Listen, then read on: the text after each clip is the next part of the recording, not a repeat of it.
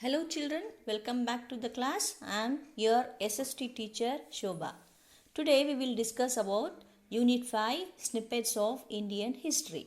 Part A, the colonization of India. This map of India shows British rule over India. A few centuries ago, India was a very wealthy nation.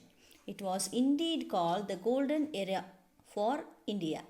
By the end of the 7th century AD, the wealth of India began to attract many people, conquerors of Central Asia. Many people came to India for trade. In 1498, a Portuguese explorer, Vasco da Gama, discovered a new sea route from Europe to India.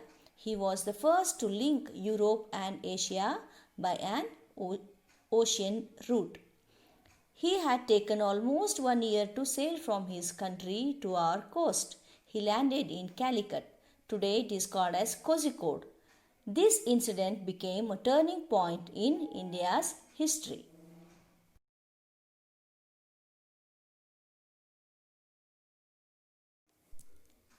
Now we will know the word colonization. It is the action or process of settling among and establishing control over the original inhabitants of an area. In simple words, it can be described as some powerful community dominating over the weaker community. Colonial India was the part of Indian subcontinent that was under the jurisdiction of European colonial powers during the Age of Discovery. The Dutch Republic, England, France and Denmark, Norway all established trading posts in India in the early 17th century.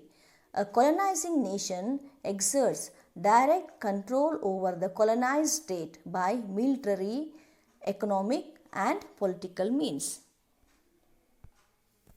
This map shows Vasco da Gama's new route via the Cape of Good Hope in Africa made it easier for the Portuguese merchants to trade in India.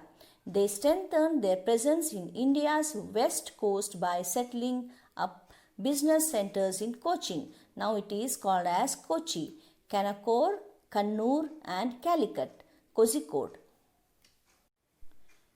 The Dutch traders from Holland and the French traders landed on our coast and settled near our port cities.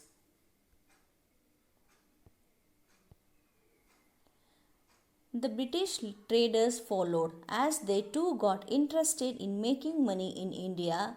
After the British came, the Dutch moved out to the East Indies.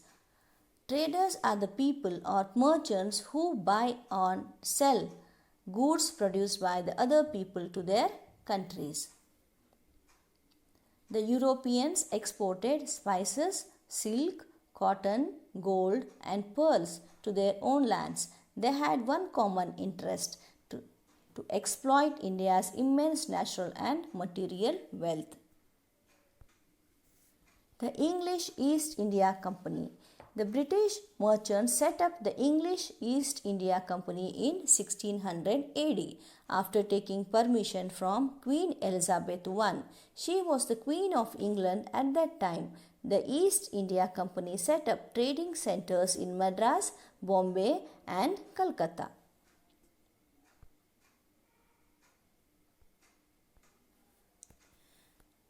The French traders set up their own trading centers in Chandernagore, now Chandarnagar in Bengal and Pondicherry, now Puducherry near Chennai.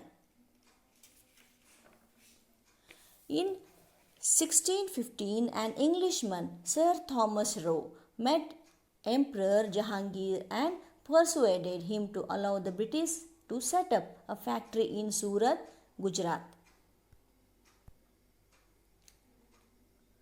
First trade center of British in Surat. Sir Thomas Roe meeting Emperor Jahangir. This is the first trade center of British in Surat. This is Fort St. William in Calcutta. This is Fort St. George in Madras.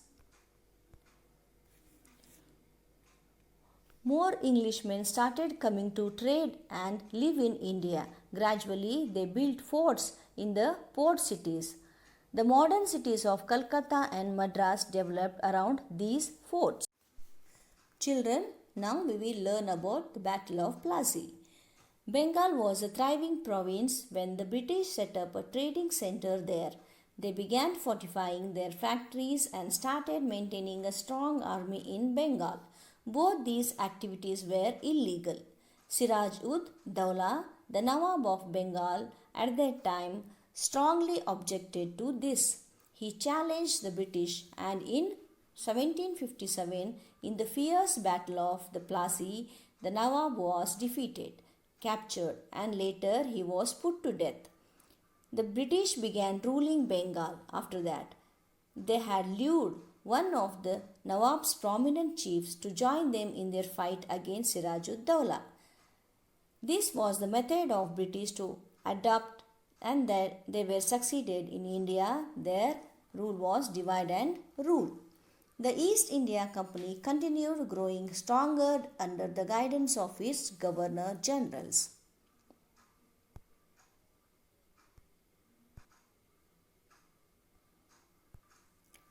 The Battle of Buxar. The Battle of Buxar. In 1764, Mir Qasim, who was the Nawab of Bengal at that time, the Nawab of Awadh, and the Mughal king Shah Alam II, they got together and fought a fierce battle against the British. This was called the Battle of Buxar. But even this time the British won, and now the entire Bengal came under the British rule. With Bengal firmly under their control, the British laid down certain rules and formed the foundation of its colonial rule in India. Doctrine of Lapse. Doctrine of lapse was another policy introduced by the British to expand their rule in India. If a ruler died without a national heir, the state would pass into the British hands. Adopted children had no right over the throne. In 1852, the Governor General Dalhousie extended the British control by applying the doctrine of lapse. This was an act enforced by the British government to occupy the states and the lands of India. In this, many kingdoms were annexed: Satara, Sambalpur, Udaipur, Nagpur, Jhansi, and Awadh. The subsidiary alliance system. This is a system in which the Indian rulers under British protection were not allowed to maintain their own independent armies. They had to maintain the British troops posted in their states. In return, the British would protect them from attacks by rival states. The subsidiary alliance in 1798. The Governor General Lord Wellesley introduced the system of subsidiary alliance to establish British supremacy in India and remove all traces of French influence. The Nizam was the first ruler to accept this alliance. The ruler who accepted the subsidiary alliance had to maintain the British troops at his own cost or cede some territories for the purpose, expel all non-English foreigners from his state, allow the British to supervise his relations with other Indian states, and accept a British resident in his court. The resident constantly tried to interfere with the ruler's autonomy and internal administration to promote the company's interest.